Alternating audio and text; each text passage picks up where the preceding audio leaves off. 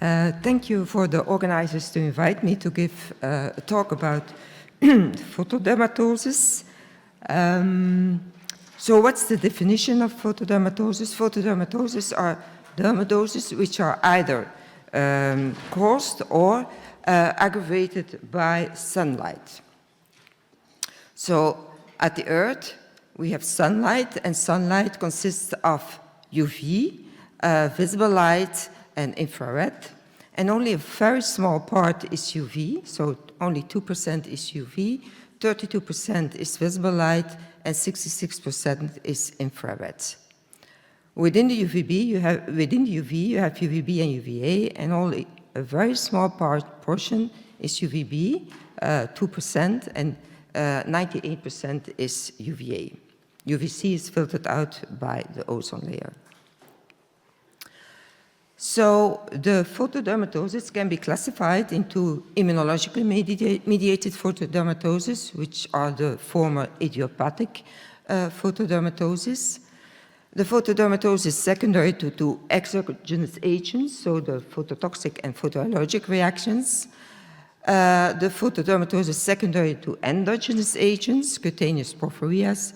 And then we have the photo-exacerbated dermatosis like lupus and the defective DNA repair syndromes.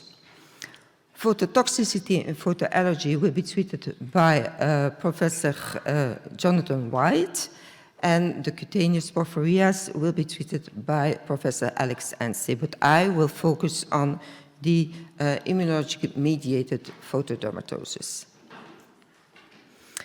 And these are the following photodermatoses: juvenile spring eruption, actinic prurigo, hydrora vacciniforme, polymorphic light eruption, solar urticaria, and chronic actinic dermatitis. Here they are classified according to the age of onset, like juvenile spring eruption, actinic prurigo, and hydrora vacciniforme are typically childhood photodermatoses. Polymorphic light eruption and solar urticaria are typically photodermatoses we see in young women, and chronic actinic dermatitis is typically a photodermatosis which appears in men at older age. Now, the pathogens and the pathophysiology of this photodermatosis is not always very clear. There is a genetic susceptibility, which is clear for PLE and actinic prurigo. Actinic prurigo, PLE, and chronic actinic dermatitis are type 4 allergic reactions where photo-induced neoantigen and a failure or normal UVR-induced immunosuppression, because if your skin is irradiated with UV, you get immune suppression, but this is suppressed, so you get, the result is a delayed type hypersensitivity reaction. Solar urticaria, on the contrary, is not a type 4, but a type 1 allergic reaction, where photoallergen reacts with IgE-specific mast cells. The diagnosis of photodermatosis is not very easy, and we need all tools to make an accurate diagnosis. We have a good history, it's necessary. We have the light tests, which are also very helpful, and then we have the lab tests. So what's important in the clinical history of the patient? The age of onset. As I alluded on before, you have photodermatoses which start in childhood, you have ones which start as young adult, as old adult. The seasonal variation, interval before exposure, and duration are also very important in your anamnese, in your history. If you give an example of solar urticaria, it immediately starts during sun exposure or immediately after sun exposure, but it only lasts for 2 hours and then it disappears. Polymorphic light eruption, it appears in springtime, it appears after sun exposure, but not immediately, after half an hour, hours, or even the following day, and it lasts for 2 days and then it disappears. But it will recur after the following sun exposure. But during the summer, the eruptions become less pronounced due to skin hardening. And so it's very important to take up the information in your anamnese.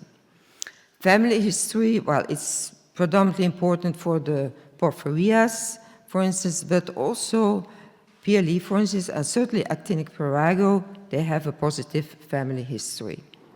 Window glass is very important to take that up in your anamnese. UVB is completely filtered out by window glass, but not UVA and not visible light. You have some certain tinted windows in cars which will filter out a certain percentage of UVA, but just regular glass only filters out UVB. Lab tests like antinuclear antibody panel and plasma, urine, and stool porphyrins are sometimes useful to exclude porphyrias and autoimmune diseases in atypical cases. You can take a skin biopsy, but the pathology is often not specific. But there are some examples. For instance, we will see that later. So in case of actinic prurigo, it can be very helpful to take a lip biopsy. And also in chronic actinic dermatitis, we also take biopsies. So light tests are very, very important in diagnostic workup of photodermatoses.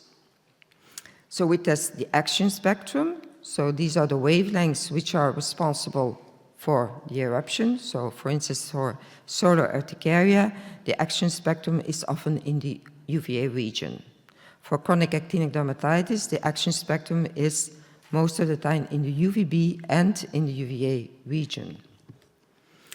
In the testing, we use the term MED, and MED means the minimal dose of UVR needed to produce a just perceptible erythema. You can test with a monochromator, where you test just single wavelengths, or you can test with broader wavelengths. You can use a UVA source, a UVB source, and then you test the broader wavelengths. Both are, of course, good for light testing. So a little bit about the monochromator. So monochromator uses a xenon lamp and a prisma which filters, which splits up the light in single wavelengths. So this is the monochromator in Leuven. We use in Leuven where so different wavelengths are tested. So this was a man with a chronic actinic dermatitis where you can see that he's sensitive with a decreased MED for 300 nanometer, 320, 350, 400, so in the UVB and UVA region. So we use light tests to determine the action spectrum, and you can do that with a monochromator or with broadband UV. For solar urticaria, the reading has to be quick, after 20 minutes, because it disappears after 2 hours. The MED we do read after 24 hours. Of course, when we do monochromator light testing, we also read immediately after the irradiation and then after 24 hours and sometimes after 2 days. We can also use the light testing to reproduce eruption, but then we call it provocative light testing, and we do it with repetitive exposure to broadband UVB, UVA, or visible light. And then a little word about prevention, because this is very important for all photodermatoses. And of course, it starts with avoidance of sunlight. You know all that the UV index is highest between 12 and 2 p.m. So avoid sun. We tell the patient to avoid sun between 10 and 4 in the afternoon. Protective clothing, long-sleeved clothing, wide-brimmed hats. You have clothing which contain chemicals which absorb UV, or thin-woven clothing also is very protective. And of course, sunscreens, you have to use a sunscreen with SPF 50, broad spectrum, water-resistant, opaque, and the tinted sunscreens are also very good to protect the skin against visible light. So it's very good to protect against visible light, because some photodermatoses, like for instance solar urticaria, can also be provoked by visible light. And of course, important to apply before exposure and every 2 hours. Some photodermatoses are so sensitive to light that it's needed to apply filters to the window glass. For instance, think about chronic actinic dermatitis or actinic prurigo. So I will discuss with you the following photodermatoses, and this is a classification according to age. So juvenile spring eruption, actinic prurigo, hydroid vacciniforme are typically photodermatoses with an onset in childhood. So everybody of you will have seen once in a while a few juvenile spring eruptions. So it's not a serious dermatosis. It's a self-limiting photodermatosis resolving after 2 weeks. It typically occurs in small outbreaks, and it predominantly affects boys or adolescent boys. So one thinks it's the hair. It makes that it's predominantly boys where we see the eruption, while in girls the hairs are covered by the hair. The pathogenesis is not very clear, but probably it's a local variant of polymorphic light eruption. And what's the history or the physical, the clinical signs? So a painful, an itchy eruption with scaling, papules, but also vesicles, even some blister formation of the helices of the ear. And it's typically provoked in early spring. So a typical day to have a juvenile spring eruption is a crispy day, like where it's cold, but very sunny, where you don't feel the sun, and where you get this eruption. Also during skiing holidays, if the ears are not covered, it's typical to have this juvenile spring eruption. So I will give you some some examples. So here you have, okay, this is green, yeah, but then the pointer. Huh? Ah, hier. Ah, hier, dit. Ah, yeah, okay. So you have here the, yeah, okay. And the blister formation here, very discreet, but more pronounced here. And here you had really blisters which give a rise to these superficial necrotic wounds. And normally the lesions are limited to the ears, but sometimes it can be also other parts of the body, or even in the face, where you see these lesions. So the diagnosis is often very easy with the typical history and physical. You can make the diagnosis easy because the light testing is normal. And the lab test, porphyrins, ANA, is of course normal. Preventive measures are some protective measures, and the acute eruption can be treated by topical steroids. The second photodermatosis, actinic prurigo, is a rare photodermatosis with also typically childhood onset, typically females, so prepubescent females, and most commonly seen in Native Americans, so indigenous population of North, Central, and South America, so the Indianan of the mestizos, which are descent from Caucasian, but also the Indians, the Native Americans. It's also a delayed type hypersensitivity reaction, like PLE and chronic actinic dermatitis, to an identified autoantigen, but in often genetically predisposed patients. So there is a significant association with specific HLA subtypes, the HLA DR4 subtype, so DRB1 or 4 or 7 allele is often positive in these Native Americans.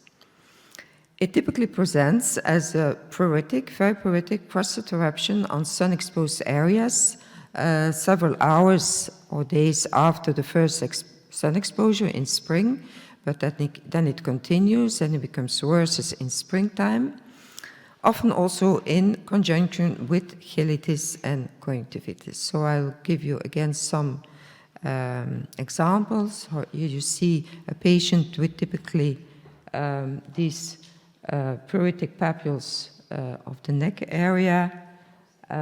This is an older patient. Normally it's female girls, but it can of course appear in adults. So this is an older man with a typical erythema of the cheeks, the erosions of the nose, and what we often see is a typical sparing of the nasolabial folds. Here also the extensor size of the arms with these pruritic papules. A girl with severe actinic prurigo leading to crust-forming erosions, and here there's even bacterial sur-infection, impetiginization, but also nicely seen sparing of the nasolabial folds. It can be associated with conjunctivitis and cheilitis. Conjunctivitis may lead to pseudopterygium, as you can see here, and cheilitis, in this case, both of the upper and the lower lip. Most often it's only the lower lip, but here it's the upper of the lower lip. Has been described as the hallmark finding in patients with actinic prurigo. And the pathology is not specific, but the pathology of the lips is specific. So it might be useful to take a lip biopsy for the differential diagnosis. So mostly the diagnosis is made by the typical history and physical, as I've shown to you. You can do photo testing where the MED for UVA and UVB may be normal or lowered. You can do photo provocation tests with repetitive exposure to UVB and or UVA, which reproduces the lesions in most cases. Blood tests is done to exclude porphyrias and autoimmune diseases and for HLA typing. And as I said before, the pathology of the skin lesions is not very specific, but the pathology of a lip biopsy is showing lymphoid follicles. Here again, absolute sun protection is a first-line preventive treatment. You can try desensitization, but it's not always successful. Mild to moderate cases can be treated with corticosteroids or calcineurin inhibitors, but severe refractory cases can be successfully treated with thalidomide. Of course, be careful because thalidomide is teratogenic. It can cause also peripheral neuropathy, and peripheral neuropathy might be the reason why you eventually have to stop with this treatment. And then you have as alternative treatment cyclosporin. Also, successful treatment with dupilumab have been described in case reports. And the third, childhood photodermatosis is hydroa vacciniforme. It's also a very rare photosensitive disorder, also starting in childhood most of the time, with concerning the age of onset, two peaks, a peak very early in childhood, between 1 and 7 years, and a peak in adolescence between 12 and 16 years. The pathogenesis is not very clear, but there is possible relation with Epstein-Barr virus infection, and the clinic is recurrent, itchy, stinging papules, papulovesicles. These vesicles are most of the time or often umbilicated. I will give you a nice example in the next slide. On the face, on the dorsum of the hands, some on other parts of the body. When the disease becomes chronic, it might also give lesions on sun-protected areas. Hours or days after sun exposure, and progressing towards necrotic crest formation and varioliform atrophic scars. So therefore we name it also hydroa vacciniforme. And the scar formation, these are these synced scar varioliform atrophic scars. The prognosis of classic hydroa vacciniforme is good. So here you see a girl with hydroa vacciniforme, where you see very nicely these umbilicated vesicles and this crust formation, which will heal with atrophic scars, varioliform atrophic scars. So another location, predilection location, are the back of the hands. And it can also be on other sun-exposed areas with these crusts, which heal with atrophic scars. Also here on the hands, you can see here the blister formation and the crust formation. So most of the time, the diagnosis can be made by the history and the physical examination. Pathology shows spongioses, necrosis, lymphoid infiltrate, which may be positive for Epstein-Barr virus RNA. Photo testing, the MED for UVA, because it's most of the time provoked by UVA, is mostly normal. It depends on the literature. Some say it's UVA, others say it's UVB, or it can also be UVA, but it can also be UVB. So the MED for UVA and UVB is mostly normal, but photoprovocation with repeated exposures can reproduce the lesions in most cases. Which laboratory tests can be done or have to be done? Sometimes it's not very typical, and you have to exclude porphyrias and autoimmune diseases, but you also have to exclude hydroa vacciniforme-like lymphoma, which is a EBV-associated lymphoproliferative disease. It's not yet clear whether it's a spectrum or whether classic hydroa vacciniforme and hydroa vacciniforme-like lymphoma are two separate entities, but you have to exclude it, and you do it with a hematologic and liver profile, determine the percentage of natural killer lymphocytes, T-cell receptor rearrangement, test anti-EBV antibodies, and EBV DNA load in the peripheral blood. Management is strict protective measures, including tinted windows, because patients are sensitive to UVA. Prophylactic UVB, so the photo hardening can be used, but it's not always successful. And also, it's a very hard dermatosis to treat, so chloroquine, azathioprine, cyclosporin have been tried with variable success.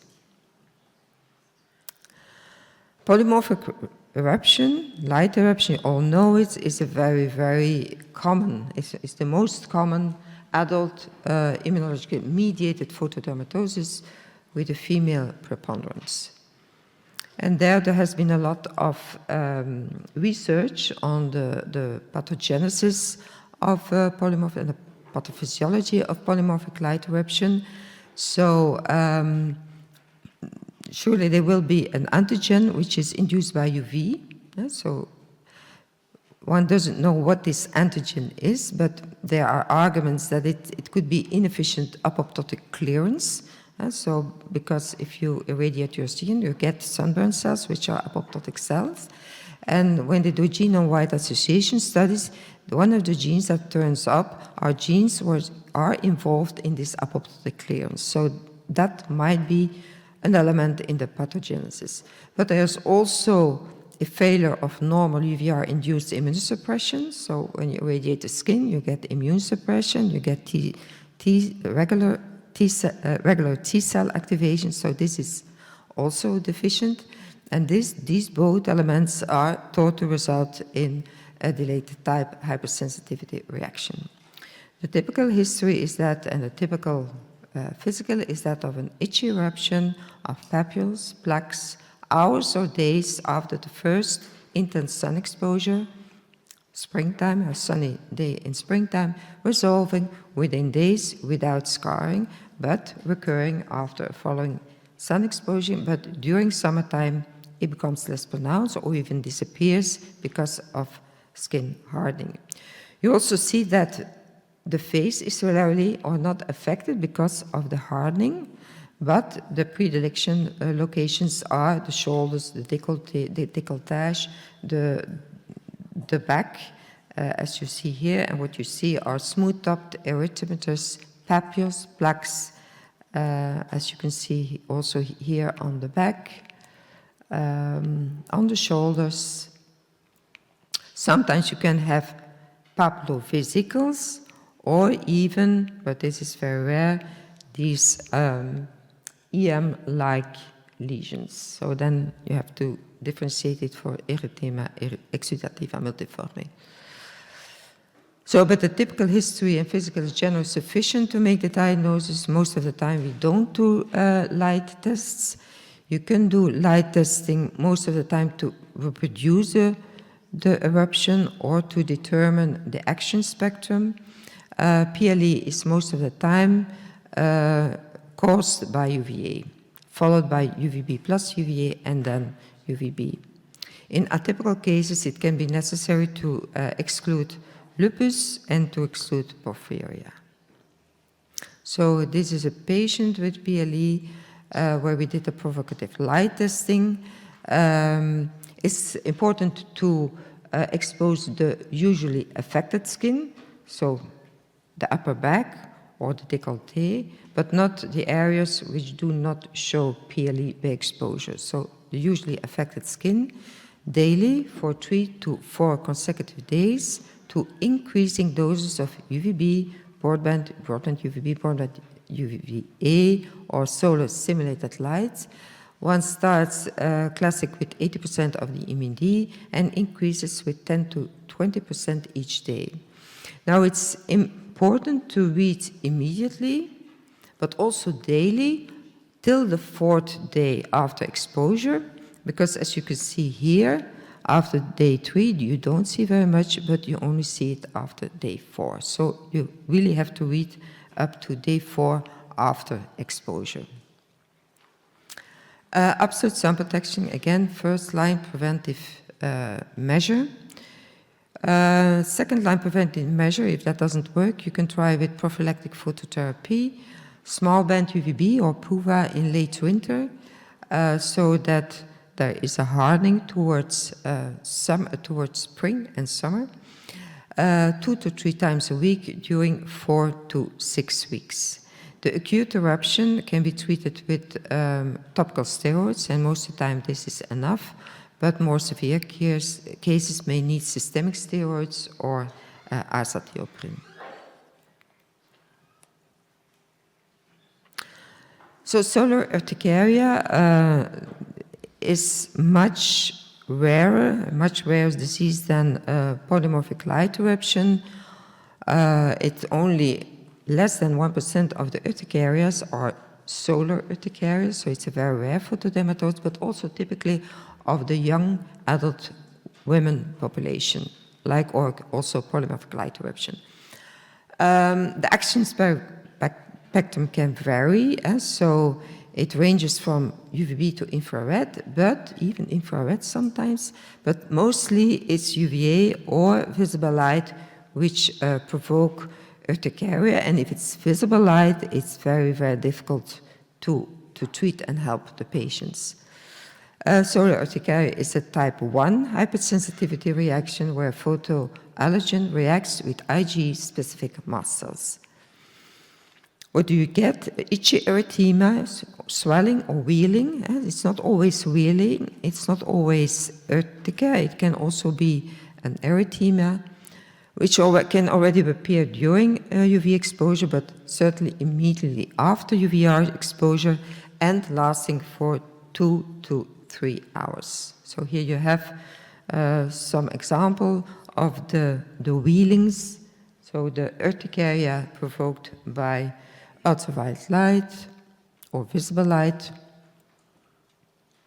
So in solar urticaria, we also always do phototesting. You can do it with broadband UVB, UVA visible light, or you can do monochromator light tests. You do it to determine the action spectrum and the minimal urticaria dose. In atypical cases, you can do laboratory tests to exclude porphyrias and autoimmune disease. So, well, you can do the broadband photo with increasing doses, or, like in this case, it was just one exposure to UVA, where you can see that where the patient was exposed to a UVA lamp, she developed an itchy erythema. We do in Leuven monochromator light testing and to define the action spectrum. And here this patient was had solar urticaria with an action spectrum in the visible light spectrum because he reacted to 660 nanometers.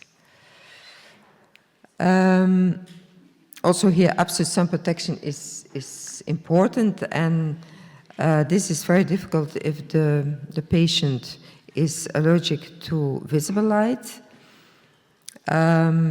Sunscreens which are tinted also protect very well to visible light, but of course it's not very easy to have a tinted sunscreen all over the body. You can try phototherapy and photogrammetry to induce tolerance. The first line therapy are antihistaminica.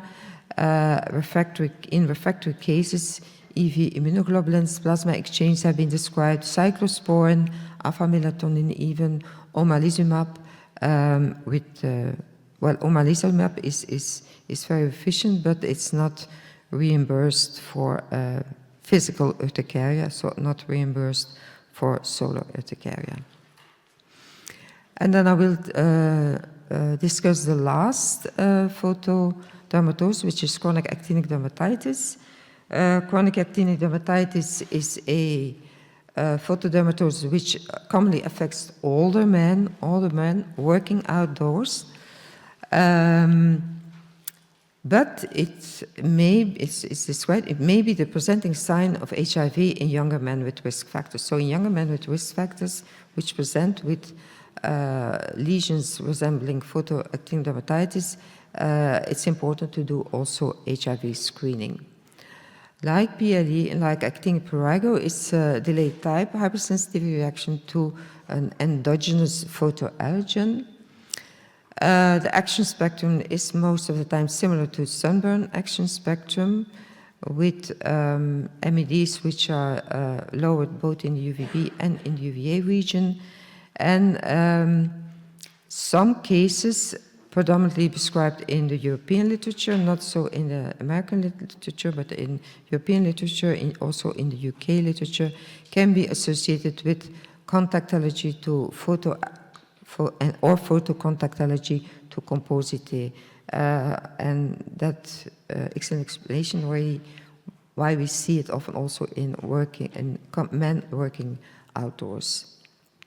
It presents itself as a persistent redness of the face, other sun-exposed areas, typically after sun exposure in spring, becoming more severe during the summertime, but with time it can evolve in more lichenoid lesions, also on non-exposed areas and also on lesions during wintertime. So it's a very hypersensitive disease and not easy to treat.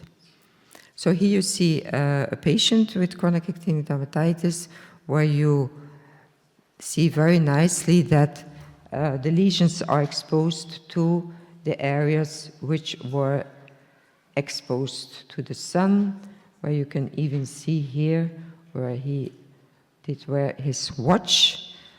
But it can evolve with time to more serious eruption, these lichenoid, very itchy, debilitating cases.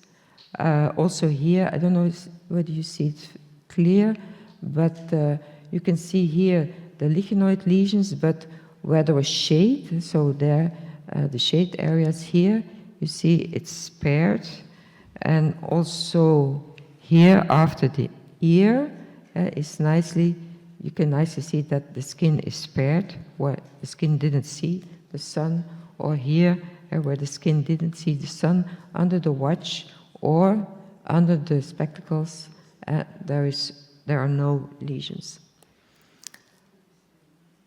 So most of the time, the history and or the clinical lesions, the clinical examination is very suggestive.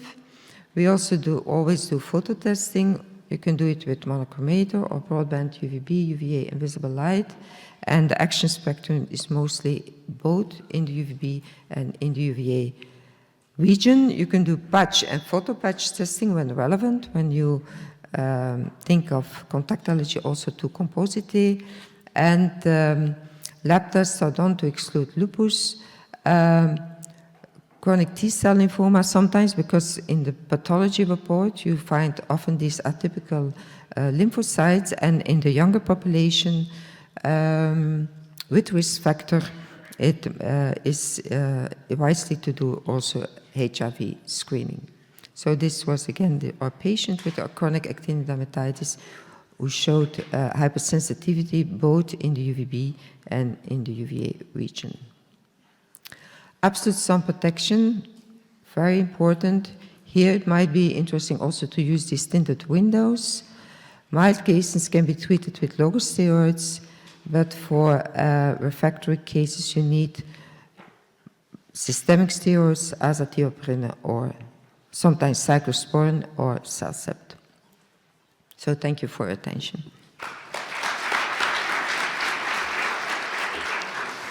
Thank you, Professor, for this excellent talk. Is there any question, any remarks? Yes, here. Luca? What is do you use hydroxychloroquine for this kind of disease? Hydroxychloroquine, do you use it sometimes or never? But, I'm sorry, I don't know. Can you repeat? Do you use hydroxychloroquine sometimes for this kind of disease, for polymorphous light eruption, for example? It can be used. It can be used, but it's not always efficient. But it certainly can be used. Yeah.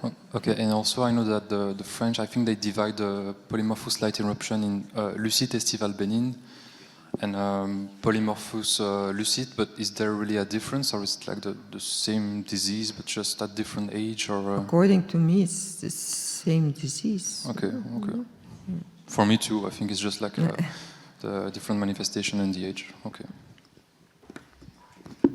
Thank you. Any other remarks or question?